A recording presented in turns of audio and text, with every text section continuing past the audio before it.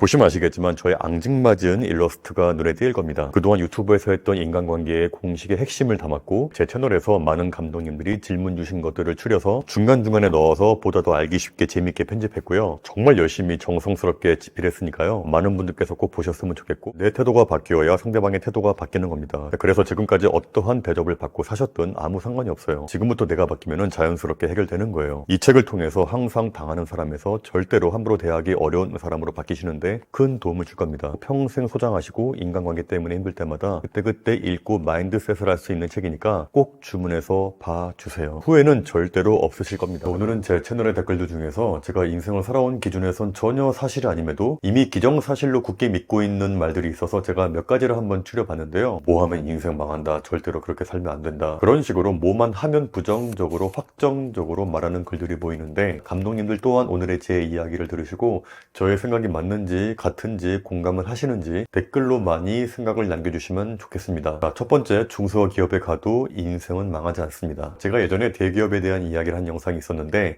거기에 많이 달린 댓글의 내용인데 그 중에 하나만 읽어드리자면, 크크크 진짜 내가 충고 하나 하는데 공부 열심히 해서 꼭 대기업 들어가라. 조소기업 들어가면 인생 조지는 거고 여자도 안 꼬이고 결혼해봤자 돈도 못 모으고 애들 키울 수 있는 여력이 안 된다. 크크크. 전 개인적으로 이런 말투 진짜 싫어합니다. 하나도 재미없는데 크크크크 남발하는 댓글 있죠. 또 그리고 중소기업을 굳이 조소라는 말을 써가면서 비하를 하고, 또 거기에 다니는 분들이 마치 무슨 인생의 로저인 것처럼 인생에 아무런 희망이 없는 분들처럼 후려치기를 하고 있는데, 제 생각에는 이런 댓글 쓰는 사람들 있죠. 조소가 어쩌고 저쩌고 하는 분들, 여기 중소기업조차 들어갈 수 있는 능력도 없고 일해본 경험도 없는 분들일 가능성이 매우 높다고 생각합니다. 물론 대기업이 중소기업보다 훨씬 좋죠. 연봉도 높고 직원 복지라든지 비전, 비교가 안 될 정도로 대기업이 훨씬 좋은 건 사실이지만, 근데 하지만 그렇다고 해서 중소기업을 들어갔다고 해서 완전 무슨 인생이 망한 사람처럼 몰아가는 건 정말 잘못된 거죠. 근데 이 중소기업 중에서도 정말 저 댓글을 쓴 사람처럼 비전도 전혀 없고 계속 다녀봤자 아무런 의미가 없는 열악한 그런 회사도 많지만, 반면에 정말 내실 튼튼하고 좋은 중소기업도 많이 있거든요. 동창들 중에서도 중소기업에 들어간 친구들 많이 있어요. 근데 하지만 아무래도 대기업이나 좋은 직업을 가진 친구들에 비해서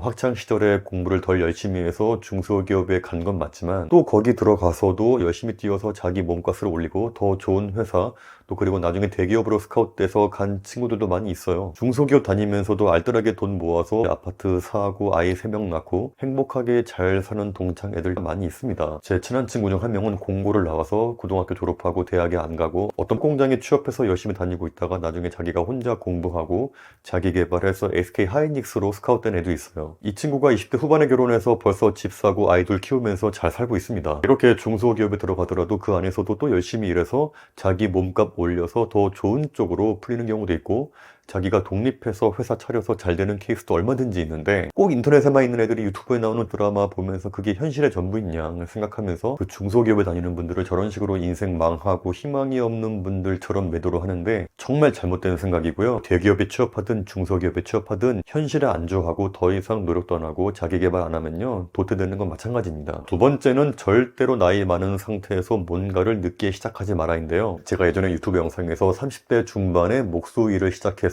잘 되었던 이야기를 한 적이 있었는데, 거기에 달린 댓글이 있어요. 여러분들 이건 감성디디님이 운 좋게 일이 잘 풀렸으니까 하는 이야기지 99%의 사람들은 30 중반 넘게 뭔가 시작하면 대부분 실패합니다. 절대로 이 영상에 헛된 희망 가지고 다니고 있는 직장 함부로 때려치지 마세요. 나이 먹고 뭔가 시작하면 실패할 확률이 훨씬 더 높습니다. 지금 제가 하나의 댓글을 읽어드렸는데 이런 비슷한 내용의 댓글이 많았었어요. 한마디로 나이가 많은데 뭔가를 늦게 시작하면 인생이 힘들어진다, 망한다, 그런 내용인데, 전 오히려 반대로 말씀드리고 싶어요. 특히 저 같은 40대 분들, 나이를 먹을수록 늦게 뭔가를 배워서 시작하지 않으면 인생이 망한다로요. 자, 우리가 대학교 때 전공한 것으로 취업하거나 아니면 전공이 아니어도 어떤 일을 하고 있는 것들은 아무리 오래 일해봤자 55세에서 60세 사이에 끝난다고 보시면 됩니다. 그러면 60세 은퇴한다고 했을 때 나머지 20, 30년은 어떻게 할 건데? 특히 자식이 있다면, 그리고 부모님들이 하루하루 한 해 한 해 아프기 시작한다면 어떡할 건데요? 자, 여러분들 60세 환갑이라고 하면은 뭔가 되게 노인 같고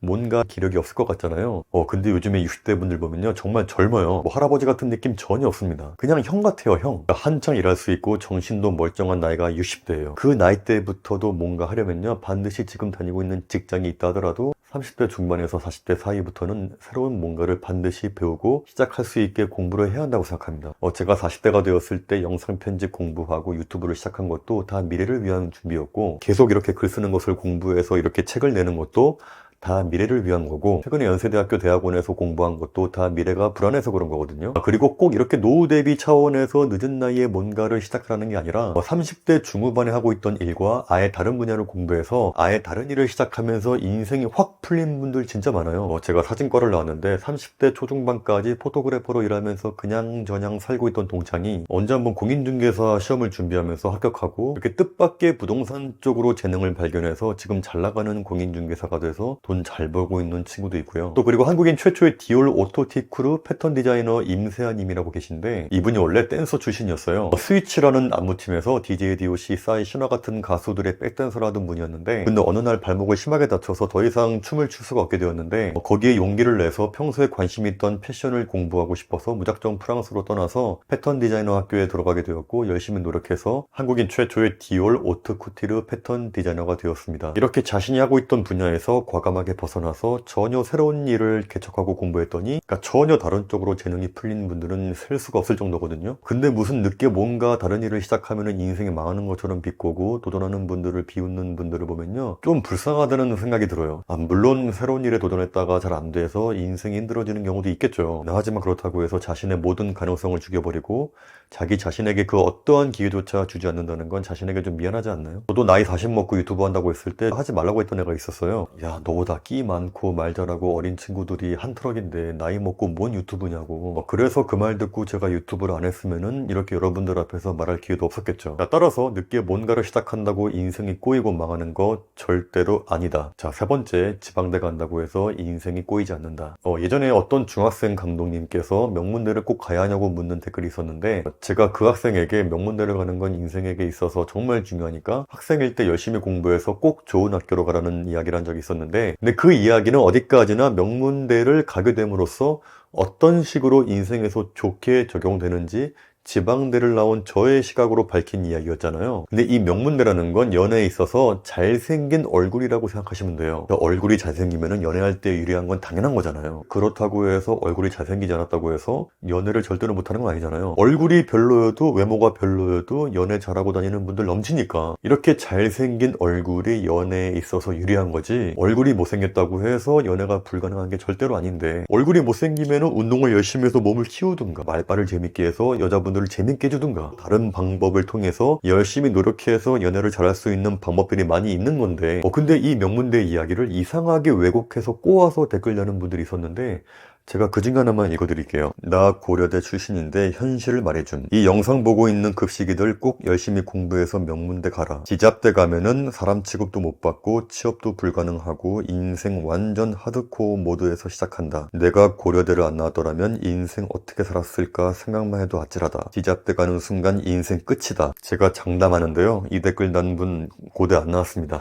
무슨 지방대를 나오면은 사람 취급을 못 받네, 취업이 불가능하네. 물론 지방대를 나오면은 명문대를 나오는 분들에 비해서 인생이 불리할 수는 있죠. 취업이든 연애이든 모든 면에서 불리한 건 사실이지만, 근데 하지만 무슨 완전 인생이 꼬여서 회복이 안 되는 것처럼 비하하는 건 말도 안 된다고 생각합니다. 전 지방대 출신으로서 명문대 나온 분들 보면 리스펙트 해요. 학창시절에 나보다 훨씬 더 공부를 열심히 했을 것이고 피나는 노력을 했기 때문에 명문대라는 스펙을 가지게 된 거라서 당연히 존중해주고 인정해줘야죠. 근데 학창시절에 공부 열심히 하고 노력해서 명문대 가면은 모든 인생의 경쟁에서 끝난 거냐고요. 이제부터 본격적으로 시작하는 건데, 제가 아까도 이야기했지만 명문대를 나왔다는 건 인생에서 유리한 고지에 있다는 거지 모든 인생에 있어서 성공을 보장하는 게 아니거든요. 그런데 꼭 이런 뭐든지 극단적으로 이분법적으로 생각하는 사람들이 뭐 명문대학교 나오면 인생 끝, 지잡대 나오면 인생 망함, 제가 이런 글들을 인터넷 커뮤니티에서 한두 번 본 게 아니에요. 제발 좀 남의 인생을 이렇게 극단적으로 판단하지 마셨으면 좋겠습니다. 마지막 네 번째는 돈 없이 결혼하고 애 낳았다고 해서 인생이 끝나지 않는다.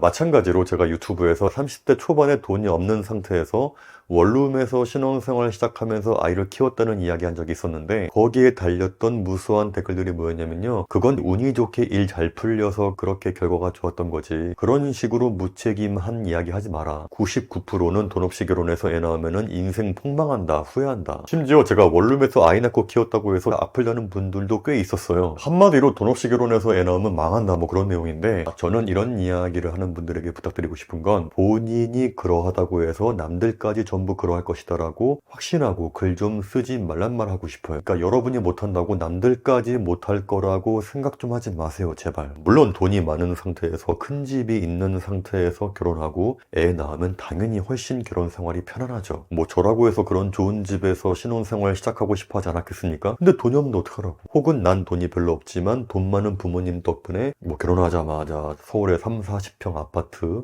떡하니 물려받고 결혼생활 시작하고 아이 낳으면 인생이 얼마나 편안하겠습니까? 이렇게 다 갖춰놓고 결혼생활을 시작하는 주변 분들 보면요, 당연히 저도 부럽고 그랬죠. 제가 아까도 명문대 이야기할 때 이야기했지만 이렇게 다 갖춰진 상태에서 결혼하면 인생이 유리할 뿐인 거지. 근데 그렇게 갖춰놓고 시작을 못하면 죽을 때까지 인생에서 허덕이는 거 아니거든요. 여러분들이 인스타를 보거나 인터넷을 보면 다들 멋진 아파트 신혼집에서 시작하고 다들 여유 있는 상태, 재력이 있는 부모님 덕분에 다 갖춘 상태에서 결혼한 분들이 많이 보여서 돈 없이 결혼하는 건 미친 짓이구나, 폭망하는 길이구나 생각하기 쉬운데, 근데 저희 부부처럼 아직 둘이 모아놓은 돈이 없어서 원룸에서 신혼생활 시작하는 분들 정말 많이 있고요. 그 원룸에서 아이 키우면서 맞벌이 하면서 돈 알뜰하게 모으고 재테크도 알뜰하게 해서 점점 재산 불려가고, 이 원룸에서 투룸으로, 투룸에서 쓰리룸, 아파트 전세로, 전세에서 자가로 이렇게 악착같이 열심히 살아서 발전하는 분들 태반입니다. 이런 이야기 많이 하잖아요. 죽었다 깨어나도 내가 버는 돈으로는 절대 서울에 집 못 산다. 저 한강변에 있는 수많은 집들 중에 왜 내 집이 없을까? 자, 이것만 봐도 우리들은 타인들의 노력을 너무 쉽게 폄하하는 경향이 있다는 걸 알 수 있는데, 이렇게 서울 한강변에 수많은 아파트들이 있지만 그 집들이 그냥 하늘에서 또 떨어진 게 아니거든요. 그 집 한 채 한 채는 누군가의 10년, 20년의 땀과 눈물이 모인 그 절실함과 간절함의 결정체입니다. 그러니까 이러한 것들을 보지 못하고 그냥 집만 보면서 침만 질질 흘리면서 부러워하기만 하고, 왜 내 아파트는 없는 거야, 내 팔자라면서 신세 한탄만 하는 거죠.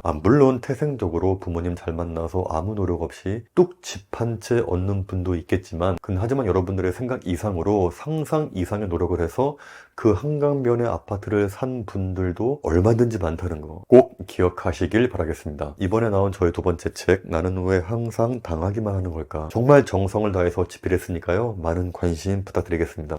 꼭 읽어주세요. 감사합니다.